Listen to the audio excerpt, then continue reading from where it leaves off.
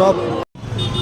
आज गंगाखेड मतदारसंघाचे लोकप्रिय आमदार डॉक्टर रत्नाकर गुट्टे साहेब यांचा 68वा वाढदिवसानिमित्त मी नारायण गंगाधर पिसाळ त्यांना पिसाळ परिवाराकडून त्यांना कोटी कोटी शुभेच्छा देतो.